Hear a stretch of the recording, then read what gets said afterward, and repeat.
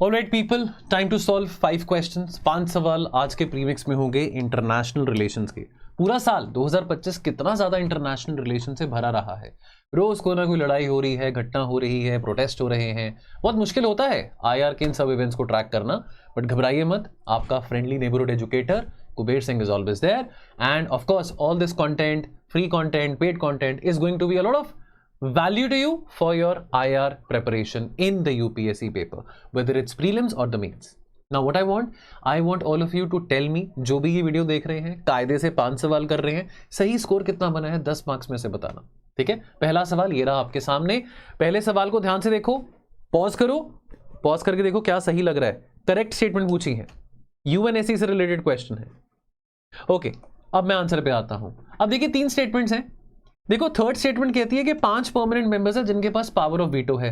ये तो बिल्कुल सही है, विच मीन्स के जो स्टेटमेंट नंबर 3 है वो आनी चाहिए आपके करेक्ट ऑप्शन में, तो विच मीन्स कि आपका ऑप्शन ए एलिमिनेट हो रहा है। ऑलराइट, देन स्टेटमेंट नंबर 1 कहता है कि non permanent members of UNSC are elected by the General Assembly for renewable term of 2 years। अब यहां पे थोड़ा मेरे को डाउट आ रहा है कि ये तो नहीं हो सकता रिन्यूएबल टर्म। अब इंडिया के पास भी था, ठीक, जनवरी 2021 से लेके दिसंबर 2022 तक इंडिया के पास भी नॉन परमानेंट मेंबरशिप थी, लेकिन क्या वो रिन्यू हुई? नहीं, रिन्यू तो नहीं हुई, विच मीन्स के इमीडिएट रिन्यूएबल तो नहीं है। हाँ, इंडिया 8 बारी India non permanent member of UNSC रह चुका है, तो मीन्स कि वो फिर से बन सकता है, बट इमीडिएटली नहीं। तो स्टेटमेंट 1 गलत हो जाती है। स्टेटमेंट 2 देखते हैं। Statement 2, presidency of UNSC rotate करती है amongst every 6 months in the alphabetical order. अब क्या ये स्टेटमेंट सही है कि नहीं, आइए देखते हैं। देखो आंसर तो सिर्फ सी है, मतलब ऑप्शन 3 ओनली, सिर्फ स्टेटमेंट 3 जो है वो सही है। यूएनएससी के 10 नॉन परमानेंट मेंबर होते हैं, 5 परमानेंट होते हैं, पता है। 10 इलेक्टेड मेंबर्स होते हैं यूएनजीए के द्वारा।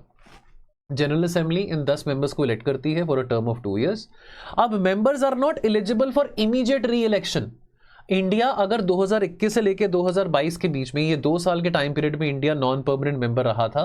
अब ऐसा नहीं है कि फिर से इंडिया बन सकता है, विच मीन्स कि एकदम से इमीडिएटली रिन्यूएबल नहीं है, right, which means that the members are not eligible for immediate re election, but they can of course become non permanent members again. तो स्टेटमेंट 1 आपका इनकरेक्ट है। प्रेसिडेंसी ऑफ यूएनएससी रोटेट करता है every 6 months, not 6 months, बिल्कुल ठीक है जी। तो statement 2 मतलब यहां पे गलत हो गया। रोटेशन अल्फाबेटिकल है, तो जनवरी 2025 में फ्रांस है, फरवरी 2025 में गेबॉन है, तो स्टेटमेंट 2 आपका इनकरेक्ट हो गया, क्योंकि यहां पे कहा गया था कि जो स्टेटमेंट 2 में कि after every 6 months presidency rotate होती है, नो, आफ्टर एवरी 1 month होती है। एंड थर्ड स्टेटमेंट बिल्कुल सही है, स्टेटमेंट 2 बिल्कुल सही है कि जो 5 परमानेंट मेंबर्स हैं उन्हीं के पास वीटो पावर होती है। अगले सवाल पे आते हैं। अगला सवाल 5 प्रिंसिपल्स ऑफ पंचशील की बात कर रहा है 1954 की। क्वेश्चन को ध्यान से पढ़ो। 5 स्टेटमेंट्स हैं, 5 स्टेटमेंट्स हैं, इन 5 स्टेटमेंट्स को ध्यान से पढ़ो, पॉज कर लो। करेक्ट स्टेटमेंट्स आपसे पूछी गई हैं, ध्यान से सुनो। स्टेटमेंट नंबर 3 यहां पे क्या कह रहा है? Freedom of navigation in international borders. यार ये बात कब हुई? पंचशील अग्रीमेंट में, back in 1954। Back in 1954 freedom of navigation in international waters, ये तो UNCLOS में हम बात करते हैं। पिछले 25-30 सालों में चाइना का असर्शन ज्यादा देखने को मिला है साउथ चाइना सी में। फ्रीडम ऑफ नेविगेशन की बात पंचशील में क्यों होगी? इतना तो पता है ना, पंचशील ये एक अग्रीमेंट था जो कि जाओ एनलाई और जवाहरलाल नेहरू के बीच में साइन हुआ था। तो इसमें फ्रीडम ऑफ नेविगेशन कहां आ गया? In international waters, which means के स्टेटमेंट 3 आपके करेक्ट ऑप्शन में नहीं होने चाहिए। आपका काम खत्म। B, C और D तीनों ऑप्शंस कट गए, बचा गया ऑप्शन ए। करेक्ट ऑप्शन क्या है? Option A, 1, 2 and 5। Statement 1 correct है। 5 प्रिंसिपल्स को पहले कोडिफाई किया गया था, sino Indian agreement on trade and intercourse between the Tibet region of China and India, तो यानी कि पहला स्टेटमेंट सही है। ऑलराइट, देन सेकेंड स्टेटमेंट भी करेक्ट है। Mutual respect for sovereignty and territorial integrity and mutual non aggression, ये बिल्कुल सही है। These are 2 of the 5 core principles. तो ये जो 5 प्रिंसिपल्स है कौन से हैं? Mutual respect for each other sovereignty and territorial integrity, mutual non aggression, mutual non interference, equality and mutual benefit, peaceful coexistence, तो ये बिल्कुल सही है स्टेटमेंट 2। स्टेटमेंट 3 इनकरेक्ट है, ये तो आया नहीं था वहां पे पंचशील में, फ्रीडम ऑफ नेविगेशन।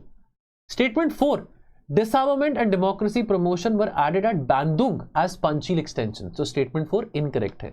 यहां पे क्या कहा गया था यहां पे क्या गया था कि disarmament and promotion of democracy were later added at Bandung as extensions of Panchsheel. Now understand one thing, Panchsheel के अंदर जो है ये Bandung did not add disarmament और democracy promotion as extensions of Panchsheel. Alright, तो बांदुंग कॉन्फ्रेंस में 10 प्रिंसिपल्स थे। ये बांदुंग कॉन्फ्रेंस एक प्रीकर्सर बना था to the non aligned movement as well.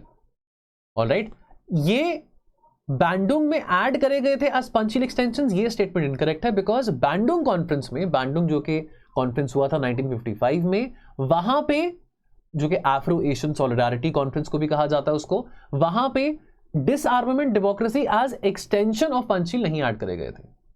And then जो स्टेटमेंट नंबर 5 है, equality and mutual benefit and peaceful coexistence, yes they are very much part of Panchsheel, तो स्टेटमेंट 5 करेक्ट है। Very easy question, Tianjin declaration is related to, very easy, क्या answer है इसका? The answer is Shanghai cooperation organisation. अभी meeting हुआ है ना, Shanghai meeting हुआ है, शंघाई कोऑपरेशन ऑर्गेनाइजेशन का समिट हुआ है, और बेसिकली डिक्लेरेशन में क्या कहा गया है? इस डिक्लेरेशन में कंडेम करा गया है terrorism in all it's form and manifestation. Member states ने कंडेम करा है द टेररिस्ट हमला विच हैपेंड इन पहलगाम, और यह भी कहा है उस डिक्लेरेशन में दैट जितने भी परपेट्रेटर्स, ऑर्गेनाइजर्स और स्पॉन्सर्स हैं इन अटैक्स के, they should be brought to justice. Question 4, with reference to the extended fund facility consider the following statements। 3 statements हैं यहां पे, और यहां पे ये ऑप्शंस हैं। फिर से स्टेटमेंट्स देखो, पॉज करो, यहां पे ऑप्शंस देखो, पॉज करो, क्या सही लग रहा है? देखो, पहली बात, ये प्रोग्राम ऑपरेट वर्ल्ड बैंक के साथ तो नहीं करा जाता। आपसे पूछा गया करेक्ट ऑप्शन पूछा गया है, तो यानी कि आपका काम आसान हो गया।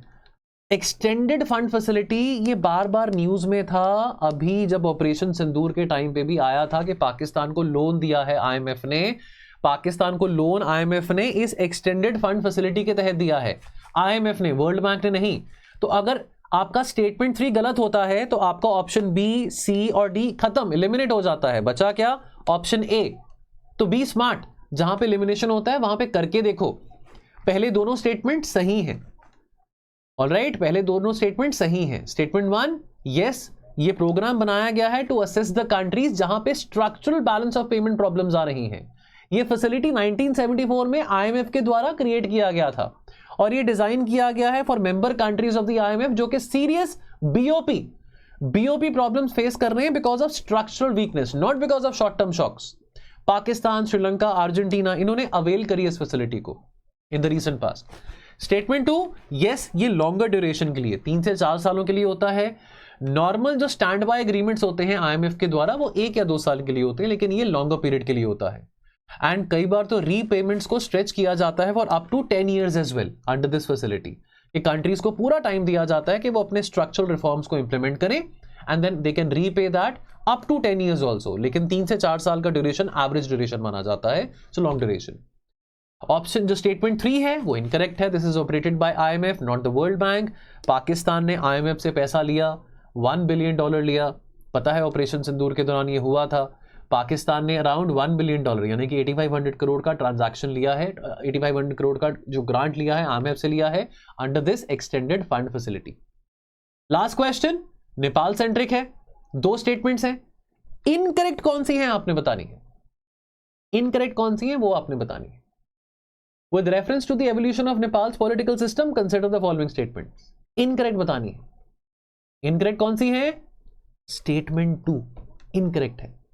Like Bhutan, Nepal continues to recognize the monarch as the head of the state। No, not at all।